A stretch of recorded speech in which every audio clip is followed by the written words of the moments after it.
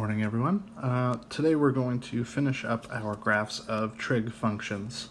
So on Friday we had all taken a look at graphing sine, cosine, secant, cosecant, and today we're going to finish up by looking at tangent and cotangent.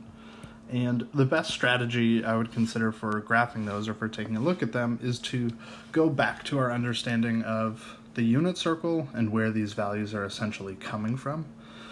So first, when we had graphed sine and cosine, we had a table alongside the top of our sheet with a graph underneath it, and we came up with those table values from our unit circle.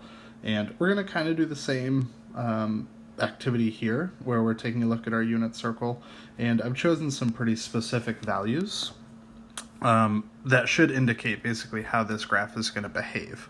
So you'll notice I'm going from negative pi over 2 to pi over 2.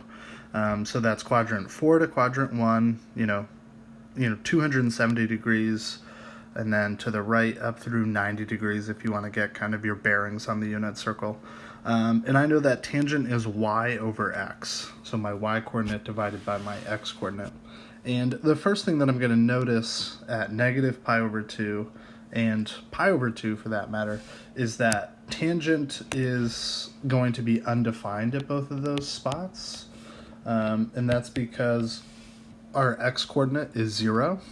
And what we should probably imagine, similar to secant and cosecant, is that we're going to be looking at some vertical asymptotes at negative pi over 2 and pi over 2. So I might even just kind of put those in for right now, just as kind of a point of reference, because I know that those are undefined at those locations.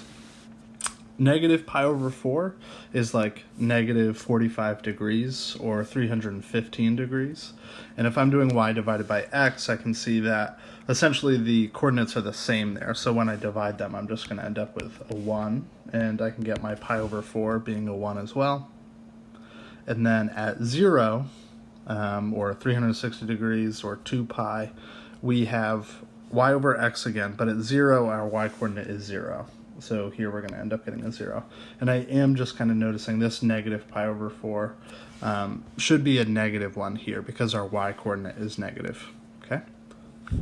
So if I go to graph these values at this point in time, so at negative pi over 4, which is half of negative pi over 2, I'm going to be at negative 1, then I'm going to be at 0, and then I'm going to be at 1. And it might not seem it kind of from the shape of this, but we are going to have basically an inflection point here. So this is going to be kind of concave down up until this point, and then it's actually going to switch to being concave up. Okay, so that is a single period of our tangent graph. So the question kind of, what is the period here? The period ends up being pi, because it's going to take that long, before this starts repeating itself. So I can draw in my other asymptotes here. And then I can draw in my points. And now I'm basically just taking my tangent, almost like it's a stamp, and just placing it down on these other graphs here, or these other portions here. So concave down, switching to concave up.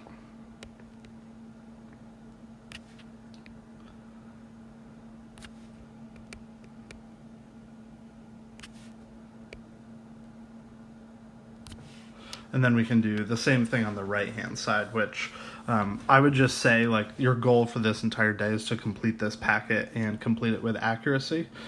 So just make finishing basically the right-hand side part of that goal. Okay. So to look at cotangent, cotangent is the reciprocal of tangent, but we don't get kind of the cool graph that we did with sine and cosecant, where they're kind of like best buddies, hanging out at the maximum or minimums or things like that. There is obviously going to be a pretty close relationship, but I would consider it best to go back to, again, our unit circle understanding. So cotangent of theta, so if tangent is y over x, this is actually x over y, and is adjacent over hypotenuse. So that's just going to kind of help us figure this out. Not adjacent over hypotenuse, adjacent over opposite. So at 0, my x-coordinate is going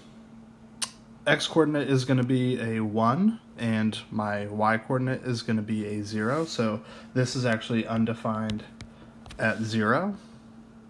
At pi over 4, as I go up, the first kind of 45-degree angle I'm going to hit is going to be a 1.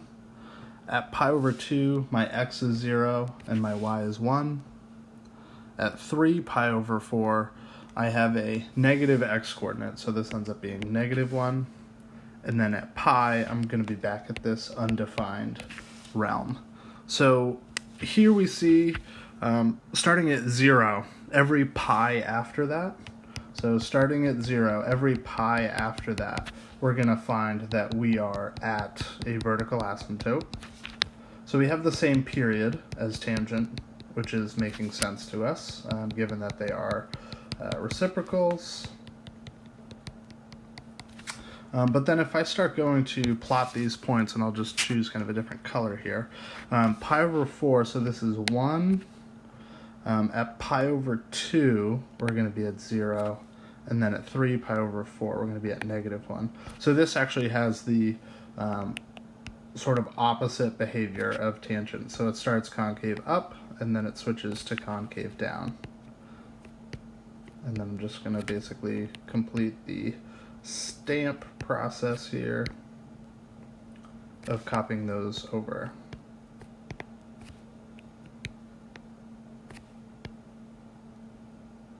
And again, kind of rinse and repeat here to finish off this graph so that we have an extremely accurate tangent graph and cotangent graph. And then your only work for the day is to completely finish this graphing packet. And what I would recommend is that once you're done, hop onto Desmos and double check all of them so that we know that they're accurate. This is going to be kind of the final portion of graphing, so there might be some kind of a check when you come into class. But otherwise, this should be a very good kind of artifact that we can refer back to. And just to touch on these last two, here we have tangent of x minus pi over 2, so it looks like we're going to be shifting everything to the right by pi over 2, and we can kind of get, maybe start with tangent if you wanted to, and then start moving things. That's kind of up to you.